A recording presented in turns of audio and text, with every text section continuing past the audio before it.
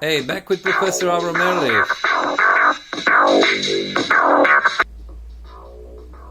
Thank you for the responses that I've been getting on the live broadcasts. I had a letter, hello brother. I'm just wondering, what do you think about the theory that the Temple of Solomon is in the city of David and not on the Temple Mount? I explained to him that although I live in Jerusalem and that I have been a student of some of the great archaeologists of Jerusalem, and that I have been to the site, the sifting site for the tons of material that were dug out of the Temple Mount and dumped onto the side of the mountain, with Dr. Gabi Barakai leading the team of archaeologists with millions of students going and digging and finding incredible artifacts belonging to the Temple of Jerusalem from the Temple Mount. Nonetheless, I answered T. Johnson that there were probably many cults on the mountain. In fact, the entire Mount of Jerusalem was a structure in itself which contained several mountains or mounds. Herod, the king who built the Temple Mount and then reconstructed the temple on it, was an ambitious, universal ideologue that wanted to create the most remarkable structure on earth. In fact, the Temple Mount is bigger than the pyramids or bigger than the greatest structures in Rome or Greece, so that he really did achieve in creating a structure on the mountain which is the substructure behind the structure of the temple, which was risen to the ground.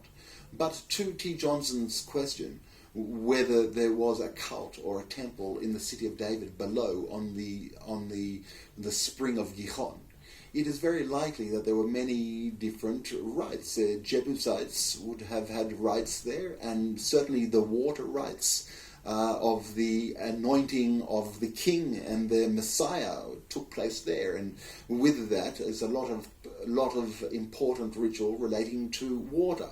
But more interestingly is the idea of the city itself in Hebrew thinking. It combines three letters, Ayin, which is the spring, the Ayin, which means the eye, but is the eye in the ground, which is a spring. It's a source of knowledge, it's a source of light, it's a source of water, of streaming, and in many ways the analogy to an eye is very profound.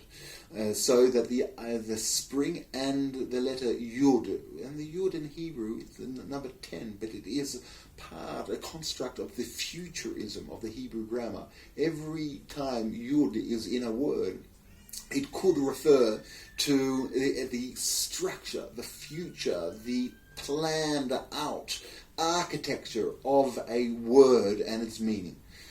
And the resh, the ear of the resh, the r of the word ear, is for the head. It symbolizes the head, and in it is the major function of the head are the eyes, and the ability to see and oversee and to coordinate.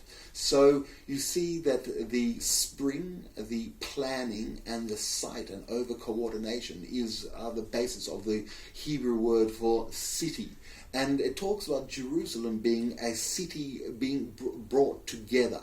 The idea of a city being brought together was that the administration and the fortress would be brought together with the spring and the source of its ability to survive under duress or under surrounded by armies. And once Jerusalem, in fact, during the rule of King Hezekiah, who dug the tunnel, which was a huge and complex, and it took a long time to do, the tunnel which was dug between the spring and the temple and the administration on the mountain, that then it became a city, and it became glorified as a city. So, and what really was done throughout the the prophetic period, was the unifying of all the small cults in the area and the skills that these cults brought to the fore, and to bring them together, unify them in Jerusalem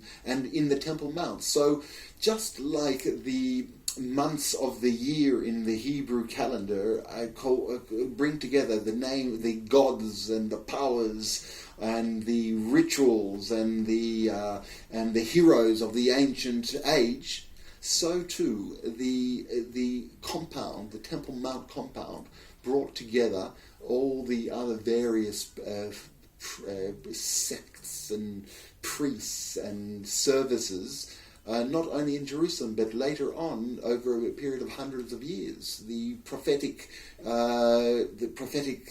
process, which was aligned with the centralized administration in Jerusalem, sought to bring together all the cults of the Canaanite cults and all the other diverse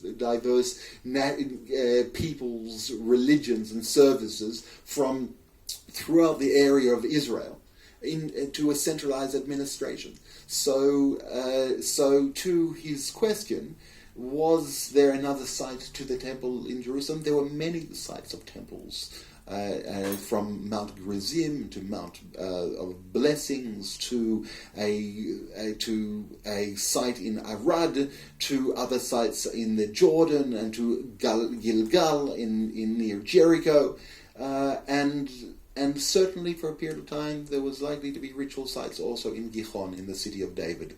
So any other questions, you're welcome to write in. I am not an archaeologist, nor am I a trained historian, but I know these people. I can certainly look it up and give my perspective on it. So go ahead, write in, and I'll do my best to address.